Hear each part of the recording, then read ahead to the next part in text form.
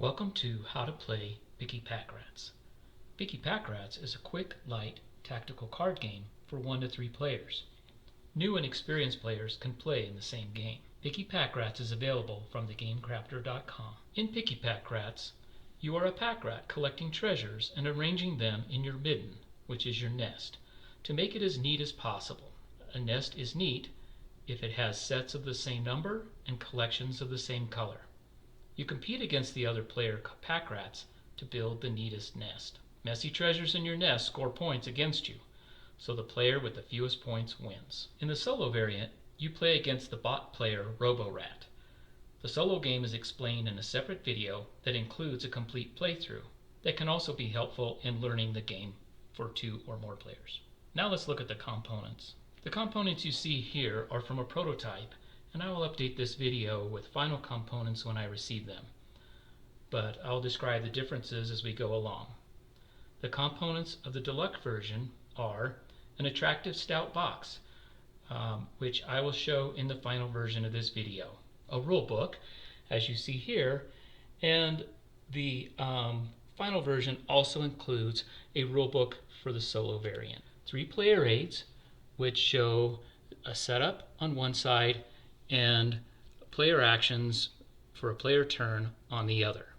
In the final version, only one has the setup and the other 2 have the solo game description. A dry erase pen, 30 cement tokens, and in the final version these are a little larger and a little easier to tell what each side means. 33 treasure cards, 5 of which are wilds, and then 4 colors with 7 cards each, numbered 0 through 6, with a different item on each card that indicates what that card's ability is. Each card has a different ability. In the final version, the numbers on the cards are a little more bold, the backs are a little prettier. There is also a low-priced version of the game which includes only the cards. For that game, you would need to use your own tokens, like something like this for the cement token, whatever is handy around the house. For a 2-player game, you only need 3 wilds and 3 colors.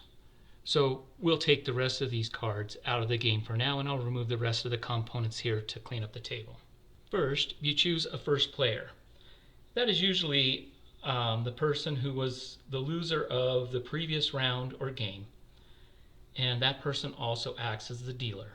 In this case, I'll make the player on the left first player. The first player begins by giving each player 1 wild, and then they shuffle the additional wild card into the deck.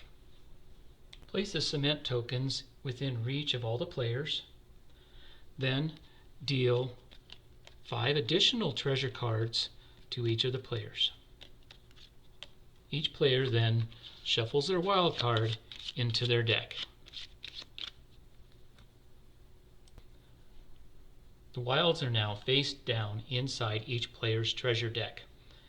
At no time is the player allowed to peek at these cards. Now the first player turns up 3 face-up cards to form what we call the house. I'll move these to the side a little bit. And then taking turns, starting with the first player, each player picks 1 card from the house and adds it to their hand face up. So let's just say we take this one, and then after they take the card, they replenish the house with 3 face-up cards. We'll take this one. Let's say we take this one, this one, this one, this one. When each player has 3 cards from the house, we stop replenishing the house. The 3 remaining cards are removed from the game. Players then arrange their cards into a 3x3 grid to form their midden. Remember, as you're adjusting these cards, you can't peek at the hidden treasures. It looks like the first player over here already has a set of, or a collection of green cards. Since they don't have any of the same number, they haven't paired any up yet. Player 2 here looks like they've got 2 2s, so it looks like they're going for a set of 3 2s this way. and maybe this 5 down here, since it's a different color, maybe they're hoping to get the red 2 here and then form a collection of red here. We'll see. A line for a number set or a color collection can be any line. It can be a column or a row or a diagonal. In a slightly more advanced version of the game, we actually form a circle with the cards on the outside, and then you can also score arcs. So instead of just being able to score 3 greens, you could score as many greens as you could make around in the circle.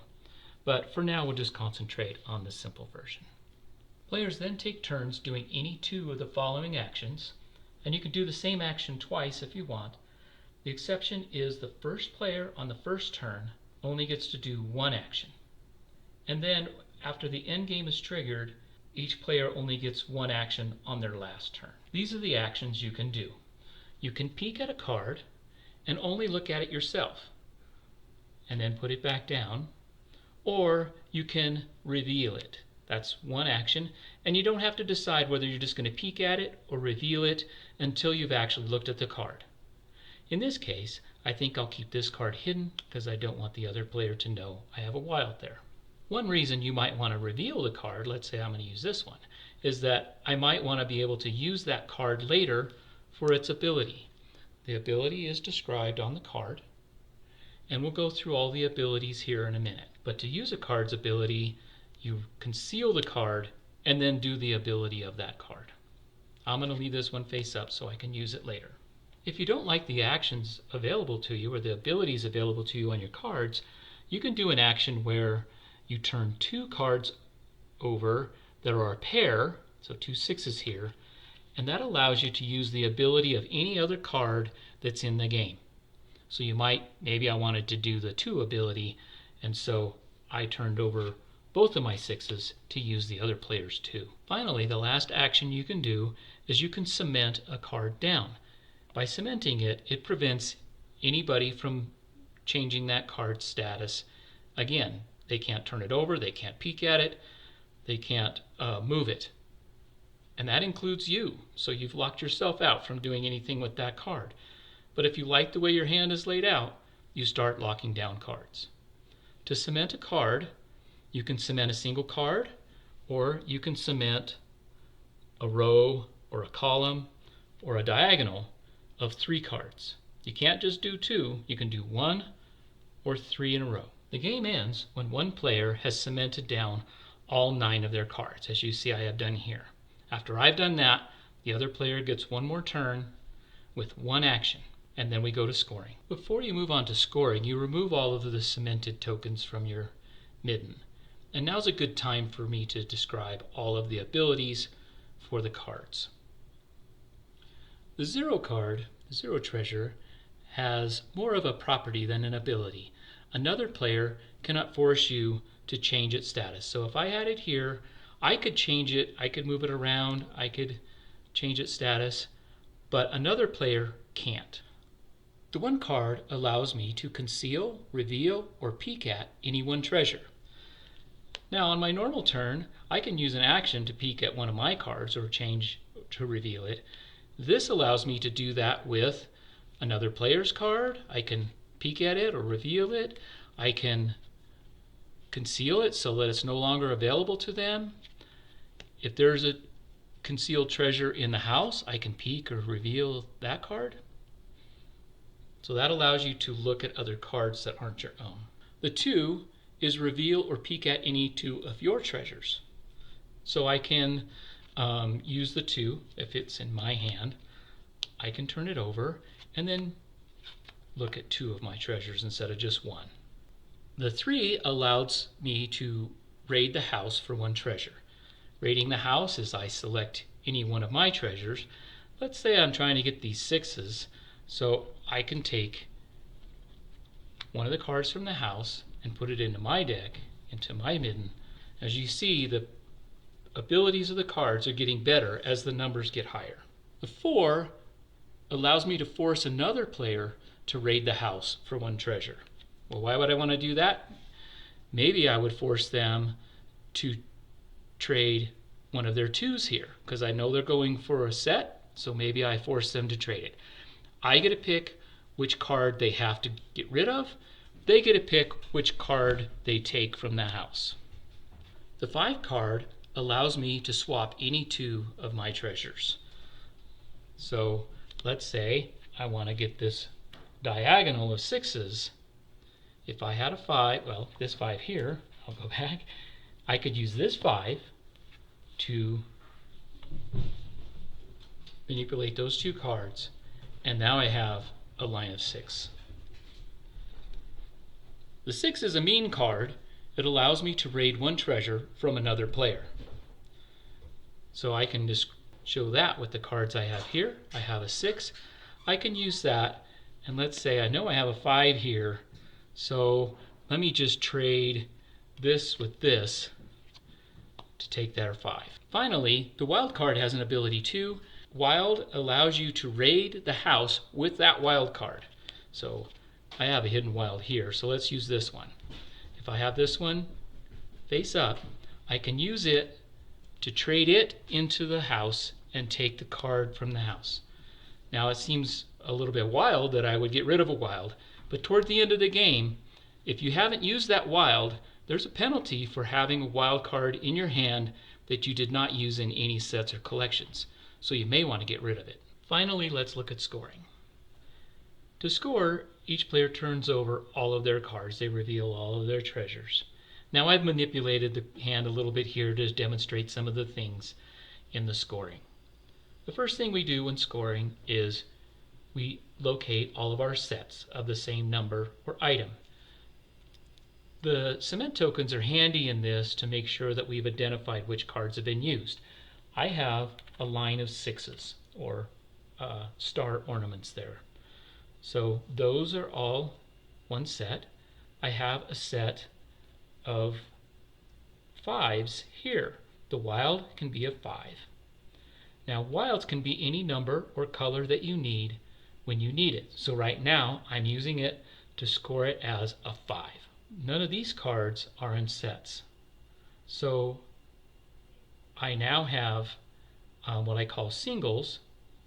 There's a 3, a 2, and a 4. They total 9 points. That's 9 points in my hand that I was not able to score. So on my little score sheet, I would score 9 for the treasures that are not in numbered sets. Now I look at the colors and look for collections or sets of 3 of the same color. So here I have a set of 3 greens, and here I have a set of 3 reds.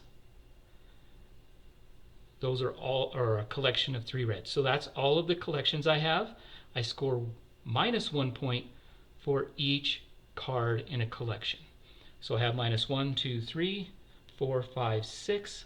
With my previous score of 9 points here, I score a -6 in the collections. Finally, if I haven't used a wild, as I described earlier, if this wild wasn't used in any way, well then I would score +5 for that. In this case, I've used all my wilds, so my final score is 9 -6 is 3. It's not uncommon to have negative scores in this game. As a card game, there's some luck of the draw in this game as well. But we've mitigated that in a few ways. Each player starts with 1 wild, so it's not like one player is going to get all the wilds from the deal. We also do the drawing cards from the house at the beginning, so we draft 3 cards, so we get a pretty good setup. 1/3 of our cards are ones that we've picked. And then finally, the ability to use 2 of the same card to mimic an action, an ability of another card in the game, mitigates some of the luck. However, it's still a card game. There's still some luck of the draw, and so we recommend playing a best-of-3 tournament. That's all there is to Picky Packrats, other than the solo variant, which I'll show in another video. I hope you enjoy it.